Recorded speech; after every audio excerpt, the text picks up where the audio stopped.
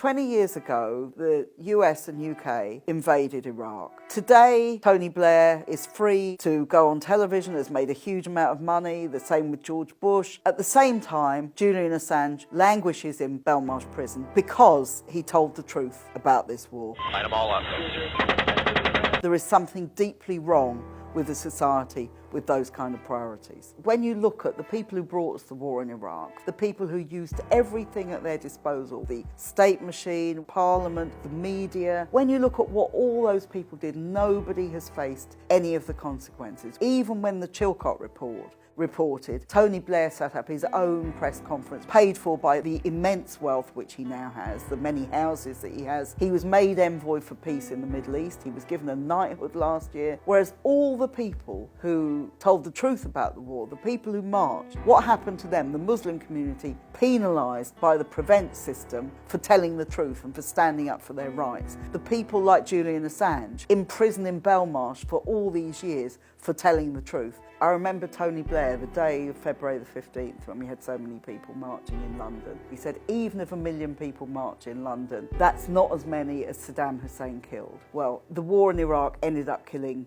more people. He talked about human rights. This is about democracy. It's about getting rid of a dictatorship. After he stopped being Prime Minister, what did he spend his time doing? Advising dictators. The truth is, all of these were lies. All of them were things where they said, we are going to make things better, and actually they made it worse. And not just in Iraq. In the last 20 years, armament worldwide, amount of money spent on military has doubled. Nearly $2 trillion are now spent on arms every year, making the world a much more dangerous place. We've now got conflict, not just between dictator in the Middle East and the biggest imperial power in the world, the United States. We've now got effectively a proxy war in Ukraine between two major imperial powers, and both of them with nuclear arms. We've got the much more real possibility of war with China. Again, this will be a nuclear war and therefore the devastation of humanity. So exactly the opposite of what we were told 20 years ago has turned out to be the case. It's a more dangerous world. Iraq's a much more dangerous place. We have far more refugees than we had then. The Taliban in Afghanistan back in control. Terrorism has grown, and indeed, where did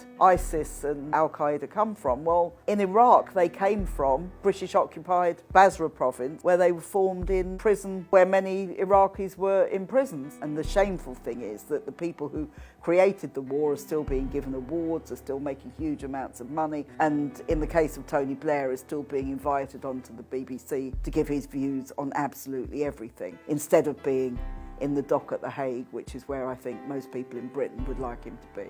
From the very beginning, from the time he went to Bush's ranch in the spring of 2002, Tony Blair was absolutely fully committed to every aspect of the war in Iraq. He lied about the existence of weapons of mass destruction, which had never been found because they didn't exist, and there were all sorts of people who said so at the time, including the UN weapons inspectors, who you might think would be people who did have some particular knowledge about this. This was all dismissed by Blair, by Alistair Campbell, when they devised a dossier. And this is the man who promoted the dossier. It was over the Evening Standard that day. Iraq can attack Britain in 45 minutes. I think a period of silence from Alistair Campbell would be welcomed by everybody, instead of which he seems to be in podcasts and on couches all over the TV studios. This tells you something about the lack of integrity and the lack of morals of so much of our media coverage. I think the media role was very, very important, and again, that hasn't really been held to account at all. If you look at the broadcast media, particularly the BBC, it was an absolute disgrace. I remember Andrew Marr, who was the political correspondent, who just after the war started said Tony Blair had won this argument. He said that they would be able to take Baghdad without a bloodbath, and that in the end the Iraqis would be celebrating. And on both of those points he has been proved conclusively right, and it would be entirely ungracious, even for his critics, not to acknowledge that tonight he stands as a larger man and a stronger Prime Minister as a result. 20 years on, this is so important because it's not just about the past, it's not just about the present, it's also about the future. And this question of war is going to become a bigger and bigger question over the next 2 or 3 years. The Project for a New American Century was essentially about trying to redraw the world on pro-US lines. American hegemony had to be maintained and had to be extended. Many of Bush's key advisors were people who were part of that project. They could see that China was a rising power. It's a rising power economically. It was also becoming a major military power. China is today the second biggest military power in the world. It has long been a permanent member of the UN Security Council, and it has long been a nuclear power. So the project saw the threat of China as a very real one. And they wanted to change the politics of the Far East, of the Pacific, in terms of the rise of China and to strengthen the United States in that region. They also wanted to redraw the politics of the Middle East, and that particularly meant boosting Saudi Arabia and Israel as their two closest allies in the region against Iraq and against Iran, and that's a policy that's continued. The Middle East itself, there are very few democratic governments, and that is to do with the way in which imperial powers decided on a particular form of government which really didn't care about democracy. They were concerned with having regimes which were closely connected to them politically, economically and militarily, and that's what's been created. Yes, Saddam Hussein was a dictator. He was a dictator who was put into power through the acts of the United States, but he was by no means unique in that region. Saudi Arabia, for example, has been engaged in a war against Yemen for 7 years. No question about regime change. The murder of a journalist carried out at the behest of members of the Saudi royal family. Nothing is done. You know, we're talking here about extremely undemocratic